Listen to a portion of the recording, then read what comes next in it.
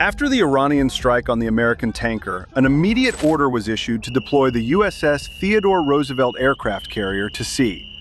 The moment the command reached the ship, preparations began without delay. The soldiers assigned to the carrier were already at combat readiness. They grabbed their gear, formed up, and began boarding the ship through the gangways.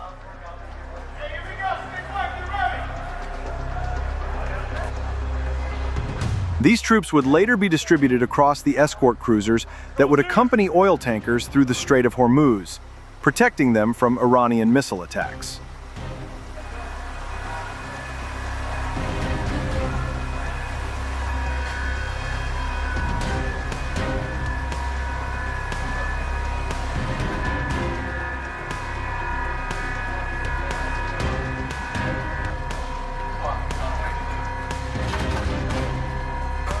Dockside, the mooring lines were cast off from the bollards, one by one.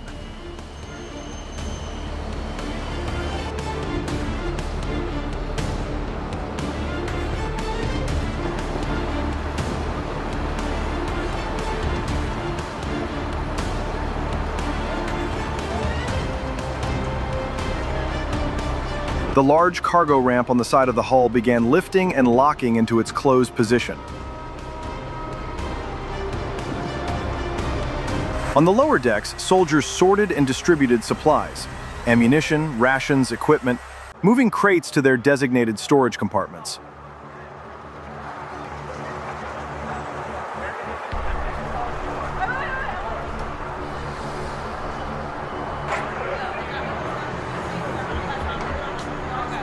In the anchor room, sailors hauled in the heavy anchor chains link by link using the windlass, coiled the mooring hawsers, and stowed everything for sea.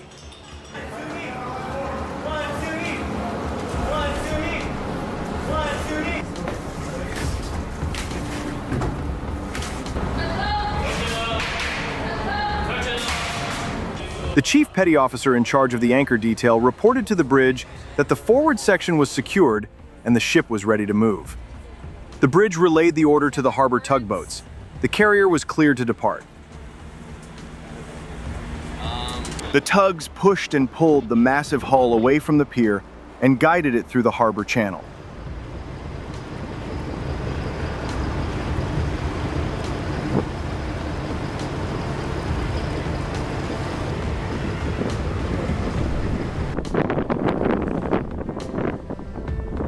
Once clear of the port, the tugboats cast off and the carrier proceeded under its own power into open water. Within hours, escort cruisers and destroyers moved into formation around the carrier, taking their assigned screening positions. These ships were armed and ready not only to protect the carrier group, but also to strike Iranian military targets if ordered. On the flight deck, preparation of the fighter aircraft was already in full swing. Maintenance crews moved between the jets, mounting air-to-air and air-to-ground missiles onto the wing pylons. Each weapon was secured, the electrical connections tested, the arming pins inserted with red safety flags. Mechanics inspected every aircraft. Panels opened, hydraulics checked, engine intakes cleared, landing gear inspected, avionics powered up and cycled through diagnostic tests.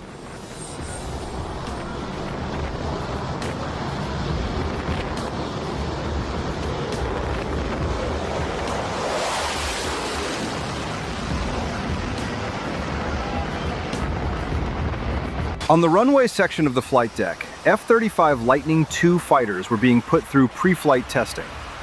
Pilots sat in the cockpits, running the engines through power checks, while ground crew watched the exhaust, listened to the turbines, and monitored the readings relayed from the aircraft's systems. Control surfaces were deflected through their full range. Radar systems were activated and confirmed operational. Each F-35 that passed its checks was signed off and moved to a standby position, ready for launch. The soldiers being transported to the escort cruisers prepared for departure. Their V-22 Ospreys were already parked on the aft section of the flight deck, rotors folded, ramps down. The troops moved fast, climbing the ladderways from below deck, crossing the flight deck at a jog, and filing into the Ospreys. They took their seats, strapped in, and the crew chiefs confirmed head count.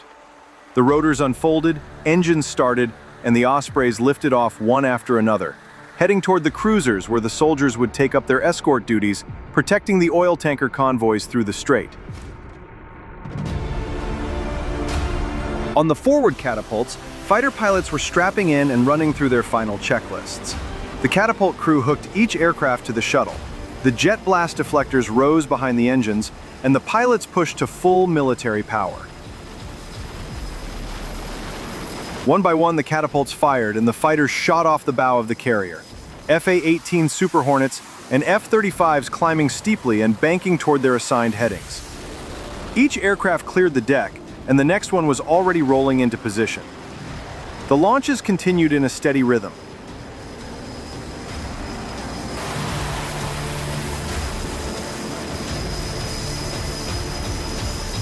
One of the escort cruisers in the formation received a fire mission. The vertical launch system hatches opened along the forward deck. Tomahawk cruise missiles began firing from the cells, each one erupting in a burst of flame and white smoke, climbing vertically before tipping over and accelerating toward the horizon.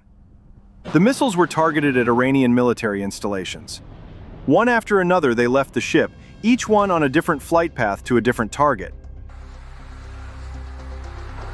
The combat mission continued. More fighters launched from the carrier deck and headed east toward the Middle East. The cycle did not stop.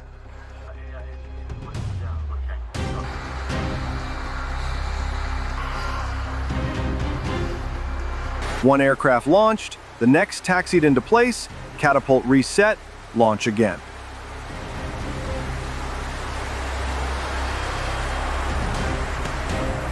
The air wing was being fed into the fight as fast as the deck crew could turn the catapults around.